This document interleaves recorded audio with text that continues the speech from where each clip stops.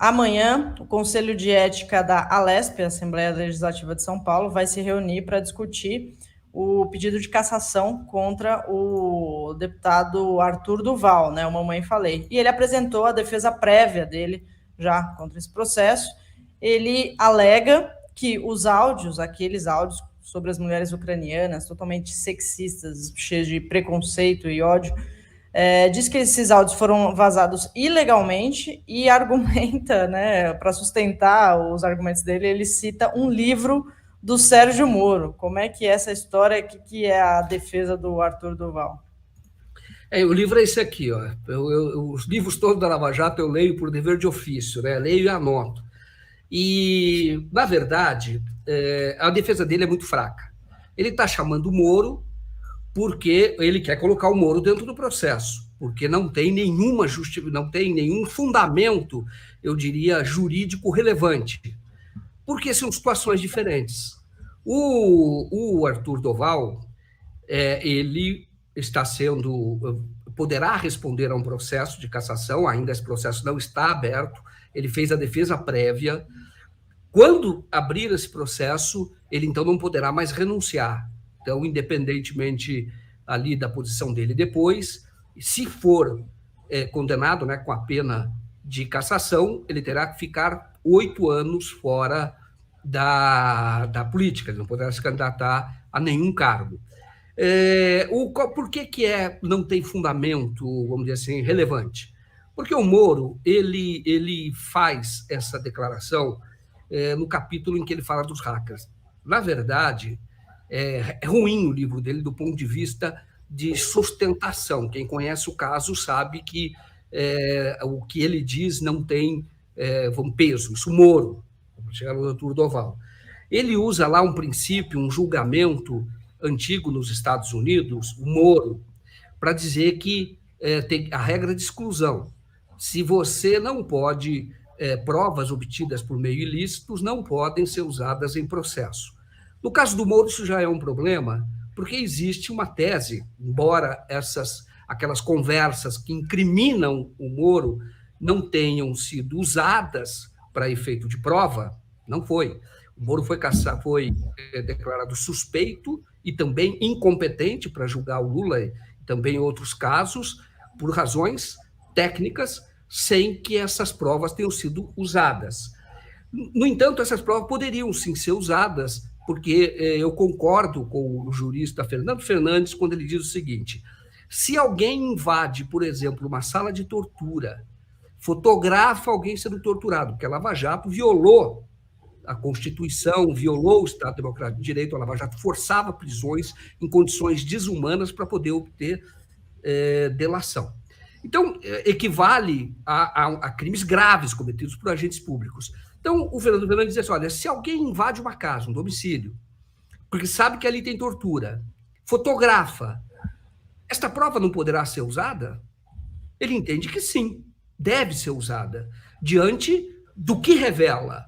No caso da Lava Jato, ou Operação Spoofing, a mesma coisa. Bom, mas o Moro fazia esse fundamento para dizer, olha, eu não vou comentar porque eu acho que essas provas não são válidas, porque os ministros citaram várias vezes no julgamento, e ele também aventa a possibilidade, que não está descartada, completamente descartada, pela Polícia Federal mesmo, de que tenha havido mandante. O Walter Delgatti Neto fez o que fez, acessou as mensagens, na verdade, tudo aquilo da Operação Spoof na verdade, só o arquivo nas nuvens do Deltan Dallagnol.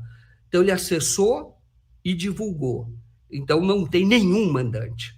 E ele, inclusive, não queria não pediu dinheiro para ninguém e não queria nem ter o nome exposto, mas acabou sendo exposto por conta da prisão daquela ocasião. Bom, o que faz o Arthur Duval? O Arthur Duval diz assim, olha, esses áudios eu mandei para um grupo, era um caráter privado.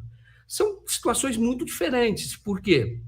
É como se alguém, primeiro que quando você conversa com alguém, o seu interlocutor pode gravar a conversa sem nenhum problema, não é crime. E quando você manda num áudio, é como se você estivesse falando e alguém estivesse gravando em vídeo, um grupo, você sabe que aquilo está sendo registrado, quase como você estivesse fazendo uma palestra. Não tem um fundamento, não é algo obtido ilicitamente. Ele efetivamente falou para um grupo. Bom, aí ele vai para o conteúdo. Para o conteúdo ele diz assim, olha, a Assembleia não pode me julgar porque o que eu falei na Ucrânia.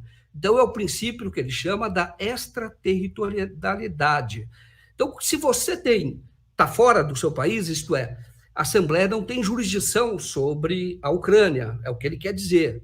E, portanto, não é juridicamente sustentável a cassação. Bom, o problema, a Assembleia está julgando decoro.